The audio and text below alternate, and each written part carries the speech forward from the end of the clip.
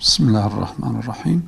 Nahmeduhu ve nesta'inu. Rabbim içinde bulunduğumuz bu mübarek Ramazan ayını verilecek olan sadaka, zekat ve fitreleri Rabbim indinde kabul karin eylesin. Alem İslam için, toplumumuz için, bütün insanlık için hayırlara vesile eylesin.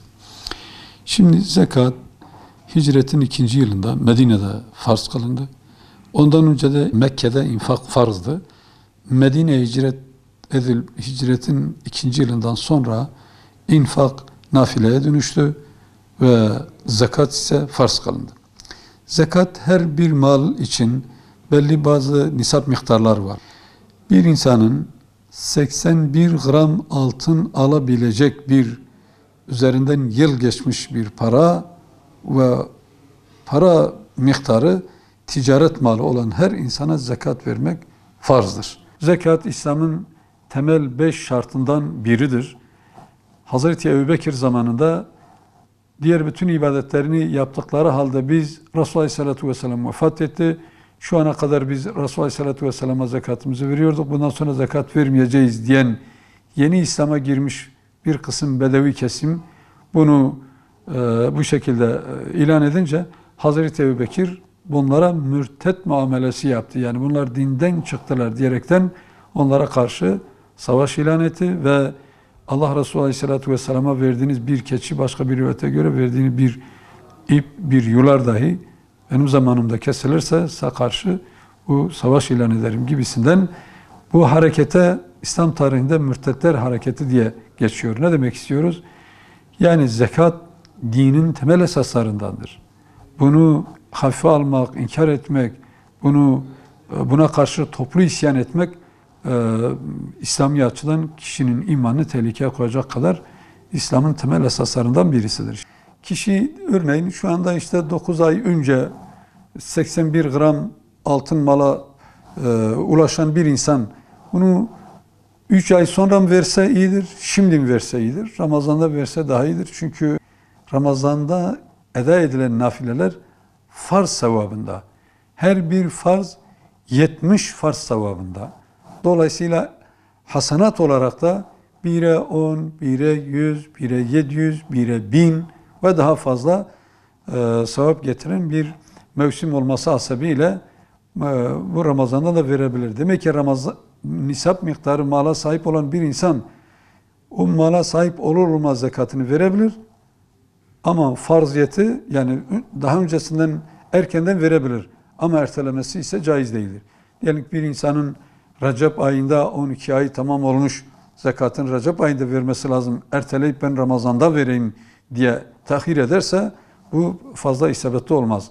Ama Ramazan sonrasında nisap miktarı gereği yani vakit olarak verilmesi gerekli olan bir zekat farziyetini Ramazan içerisinde vermesi ise daha evladır. Hem zekatta hem fitrede muhtaç olan insanlara verilmesi gerekir. Fakat bu zekat biliyorsunuz Kur'an-ı Kerim'de 8 sınıf insan sayılıyor. Bir de amiline aleyha diye Allah-u Teala yani onun zekatı toplayan memurlar diye bir sınıf da var. Bundan belli oluyor ki zekat Resul-i Ekrem Aleyhisselatü Vesselam zamanında bireysel verilmiyordu. Herkes zekatını ve fitresini Resul-i Ekrem Aleyhisselatü Vesselam'a teslim ediyorlardı. O dağıtıyordu. Şimdi İslami bir sistemle, İslam ülkelerindeki birçok halk İslami sistemle idare edilmediğinden veya Emevi ve Abbasilerden sonra emaret arasında yani tenfizi emaret ile teşri emaret yani yönetimle ilim birbirinden ayırt edildi. Dolayısıyla teşri bölümüne alimler, tenfizi bölümüne amirler baktılar, sultanlar baktılar. Sultanlar da gereken titizliği göstermediklerini alimler görünce herkes kendi zekatını yapabildiği şekilde verebilir diye bir fetva verildi. Ama aslında bir cemiyetin, bir devletin, bir teşkilatın, bir yapının eliyle verilmesi lazım. Niye buradaki böyle bir şey kastediliyor? Çünkü şahsın şahsa zekat ve fitre farz olsa bile verildiği zaman alanda bir mahcubiyet, verende ufak bir riya veya kibir oluşabilir. Ama Müslümanların havuz sistemi olan bugünkü vakıflar, dernekler üzerinden verilirse dernekler birisine verdiğinde kişi karşısında derneğe karşı kendini mahcup hissetmez. Çünkü şahıs değildir ki vakıftır, bir teşkilattır, bir kurumdur.